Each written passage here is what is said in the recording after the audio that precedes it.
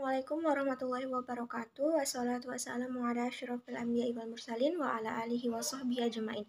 Pertama-tama dan yang paling utama, marilah kita panjatkan puji syukur kehadirat Allah Subhanahu wa taala yang mana kita telah diberikan begitu banyak nikmat, yakni nikmat iman, Islam dan kesehatan. Nah, jadi di sini saya Junaina Saputri Sagala, NIM 0705 20 10 02, kelas fisika, Stampuk 2020. Nah, di sini saya akan menjelaskan materi mengenai gerak Brown. Saya membuat video ini untuk memenuhi tugas mata kuliah Ekonomi Fisika dengan dosen pengampuh Bapak Pandepuatan Harahap, MPFIS, MPD. Nah, langsung saja masuk ke materi yang pertama, yaitu mengenai pengertian gerak Brown. Nah, nama Brown dinisbatkan kepada Robert Brown. Nah, gerak Brown adalah gerak acak maler jarah pada zat padat mikroskopik atau dengan garis tengah kira-kira 1 mikrometer bila tercelup di dalam medium fluida. Nah, Brown menemukan gejala serupa yaitu jarak-jarak kecil bergerak secara acak dengan cepat atau rapid oscillator motion. Nah, sumbangan Brown dalam menerangkan gejala rapid oscillatory motion ini adalah memberikan pijakan yang kuat bahwa gerakan ini merupakan gejala yang penting dan membuktikan bahwa gerakan ini tidak hanya berlaku untuk jarah organik, tetapi juga ditemui pada jarah tak organik. Nah, jadi dapat disimpulkan bahwasanya gerak Brown itu adalah gerakan partikel-partikel yang senantiasa tegak lurus tetapi tidak menentu atau tidak beraturan gitu. Nah, sesuai dengan kerja dari gas nyata, dia tegak lurus tetapi arahnya itu tidak beraturan. Ada yang ke kanan, ke kiri, ke atas, ke bawah, seperti itu.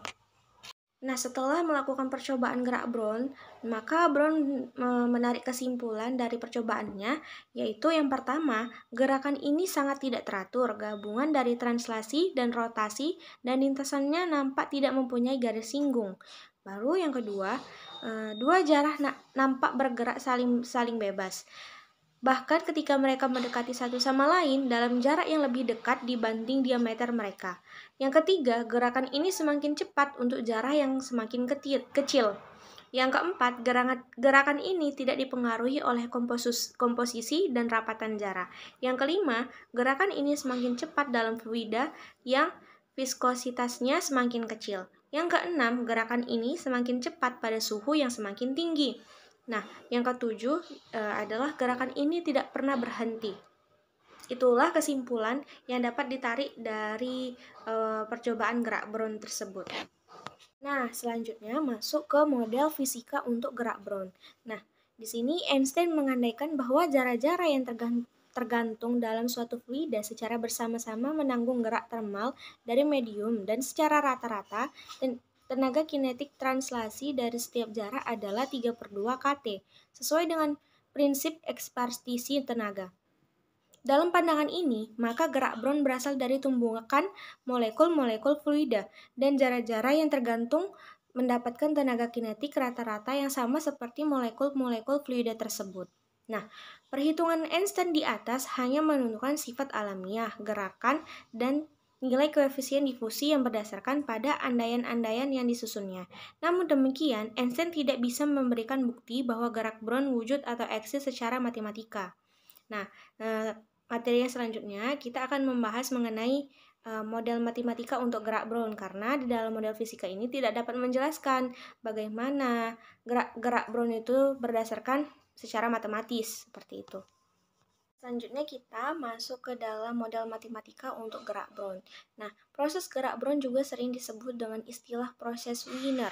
Nah, secara umum notasinya itu dibuat atau dilambangkan dengan B buka kurung T. Dipilih untuk melambangkan proses gerak Brown ini. Nah, gerak Brown ini merupakan pengembangan lebih lanjut dari jalan acak. Nah, persamaan matematikanya itu hampir sama dengan persamaan matematika jalan acak. Nah, yang pertama itu adalah B0 sama dengan 0. Yang kedua adalah proses BT, T-nya itu lebih besar dari 0, mempunyai kenaikan saling bebas yang stasioner, yakni BT1 merupakan peubah acak yang saling bebas. Baru yang ketiga, untuk seluruh T lebih dari 0 dan H lebih dari 0, kenaikan B, T tambah H kurang BT terdistribusi secara normal dengan nilai harapan nu H dan variasi tau pangkat 2H.